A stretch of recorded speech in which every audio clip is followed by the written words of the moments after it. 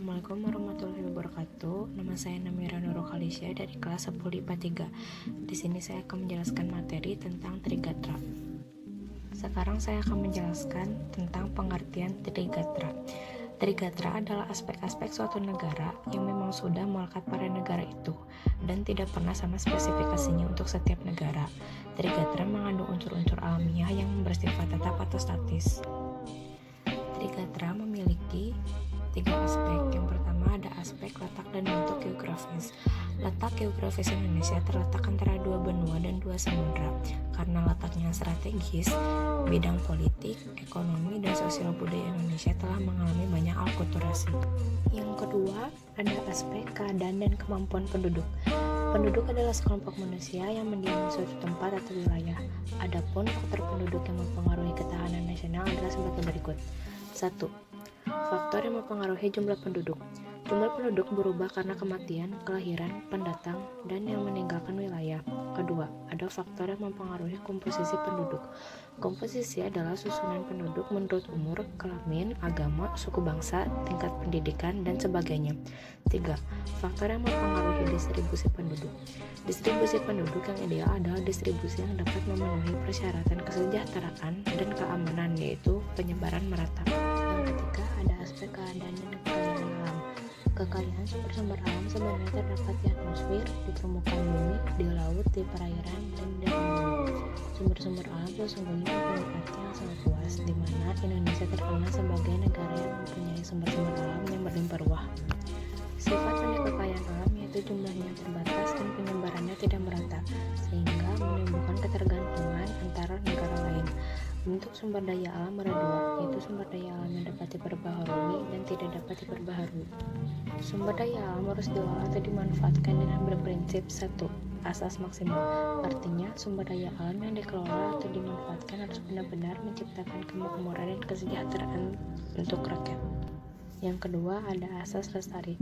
Artinya, pengolahan sumber daya alam tidak boleh menimbulkan kerusakan lingkungan dan kita pun harus menjaga keseimbangan alam.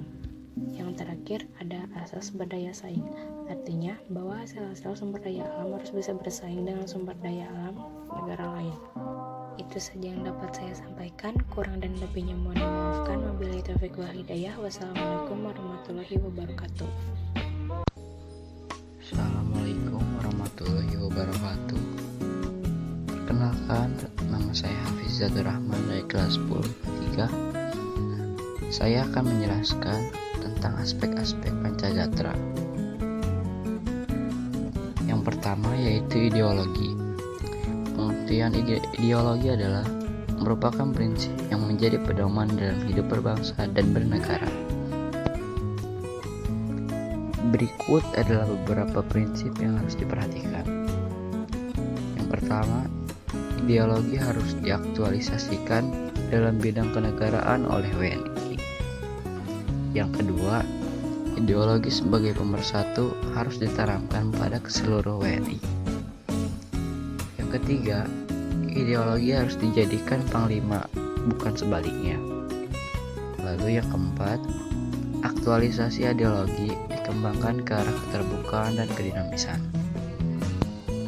Lalu ada yang lainnya. Yang kelima, ideologi Pancasila mengakui keanekaragaman hidup berbangsa.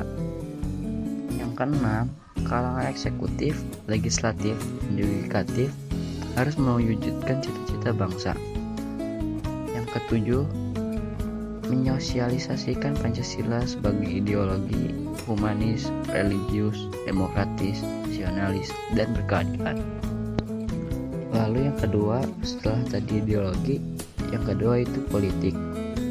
Pengertian politik adalah merupakan asas kebijaksanaan dan haluan yang digunakan untuk mencapai tujuan dan kekuasaan. Bahasa teman saya Hafiz mengenai aspek Pancagatra di bidang ideologi dan juga politik. Masih ada lagi 3 aspek di bidang Pancagatra, yaitu akan dibahas oleh saya. Yuk ya. Aspek ekonomi. Seluruh kegiatan pemerintah dan masyarakat dalam mengelola faktor produksi dan distribusi barang dan jasa untuk kesejahteraan rakyat. Ini tuh seperti kebutuhan masyarakat sehari-hari. Upaya meningkatkan ketahanan ekonomi adalah upaya peningkatan kapasitas produksi dan kelancaran barang dan jasa secara merata ke seluruh wilayah negara. Ini dilakukan oleh pemerintah. Lalu pemerintah juga harus memperhatikan 3 hal yang harus dihindari, yaitu free flight liberalism atau kebebasan yang tak terkendali yang memungkinkan terjadinya eksploitasi kaum ekonomi lemah. Lalu etatisme, yaitu mementingkan negara daripada masyarakat dan juga monopoli. Lalu pemerintah harus melakukan pemantapan secara seimbang berdasarkan kekeluargaan ekonomi tersebut, pemerataan pembangunan, peningkatan kemampuan bersaing, dan juga ekonomi mandiri. Aspek yang kedua yaitu sosial budaya. Sosial budaya adalah kondisi dinamika budaya bangsa yang berisi keuletan untuk mengembangkan kekuatan nasional dalam menghadapi dan mengatasi ancaman, tantangan, halangan, dan gangguan atau ATHG. Lalu ancaman dari sosial budaya ini dapat dari dalam dan juga luar. Dari dalam adalah kurangnya ketertarikan pada generasi zaman sekarang terhadap budaya bangsa Indonesia sendiri. Lalu dari luar, ketertarikan lebih kepada budaya-budaya yang baru dari luar yang datang kepada Indonesia.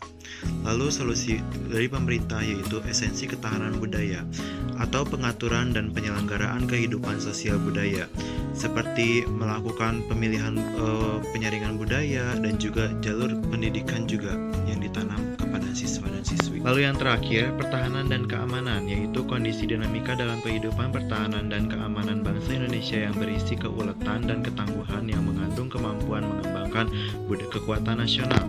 Ini tuh lebih kepada fisik dan juga perlindungan.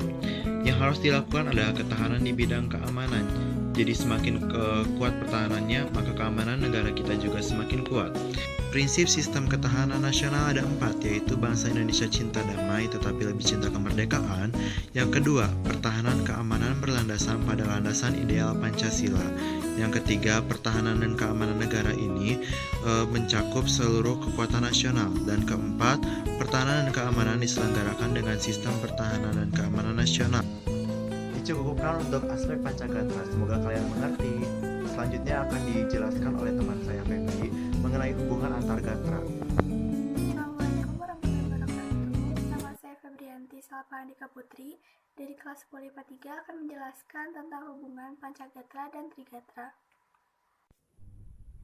Jadi hubungan antara Trigatra dan Pancagatra itu dibagi menjadi 3. Yang pertama itu ada hubungan antara geografis dengan kekayaan alam. Lokasi dan posisi geografis akan sangat menentukan jenis kekayaan alam yang dikandungnya. Lokasi geografis yang mengandung sumber kekayaan alam menentukan pengelolaan dan distribusinya. Contohnya, pusat pembangkit tenaga listrik akan sangat menguntungkan jika letaknya berdekatan dengan daerah industri. Lalu yang kedua, ada hubungan antara dipengaruhi oleh kondisi geografis tempat tinggalnya. Tingkat kesejahteraan penduduk sangat bergantung kepada kemampuan penduduk dalam memanfaatkan posisi geografisnya. Contohnya,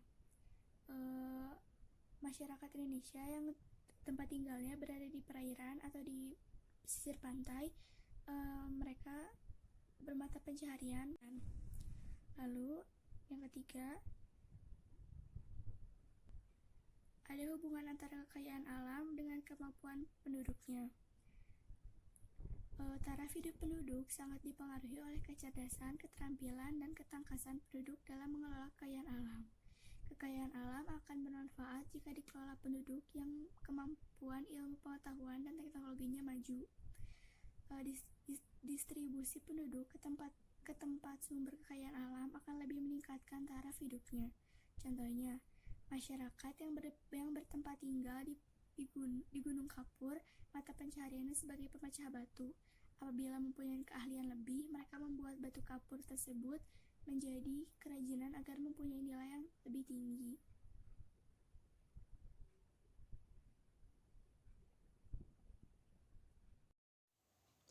Assalamualaikum warahmatullahi wabarakatuh. Nama saya Alia Rihadatul Aisyah dari kelompok 5 10 IPA 3 akan menjelaskan tentang implementasi wawasan Nusantara.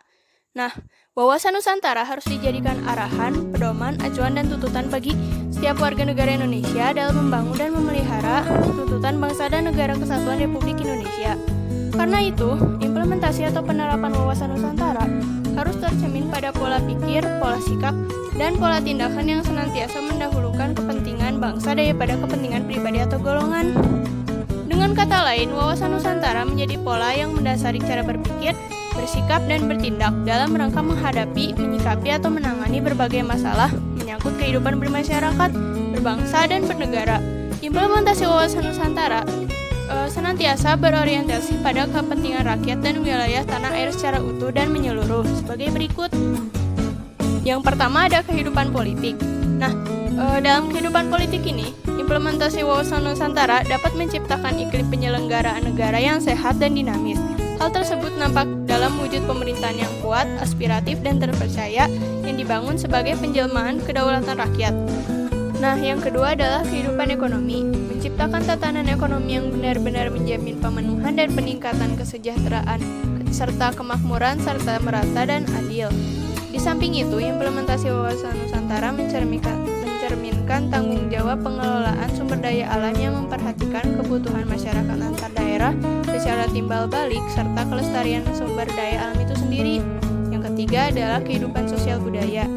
Nah, dalam kehidupan sosial budaya ini, implementasi wawasan Nusantara dapat menciptakan sikap batiniah dan lahiriah yang mengakui, menerima, dan menghormati segala bentuk perbedaan atau kebinekaan, serta kenyataan hidup sekaligus karunia Sang Pencipta.